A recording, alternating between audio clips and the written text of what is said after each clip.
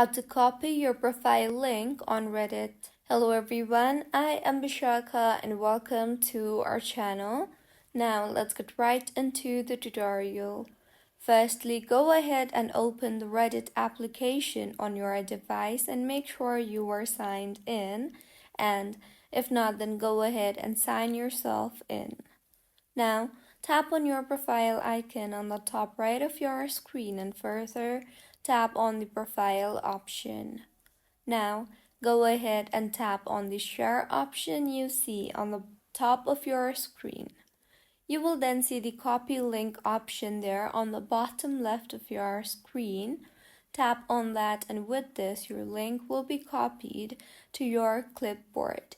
You can now go ahead and paste your link anywhere you want. So this is how you can copy your profile link on Reddit. If you find this tutorial helpful, please like the video and do comment if you have any queries. Also, do subscribe to our channel for more helpful tutorials like this. See you on the next one.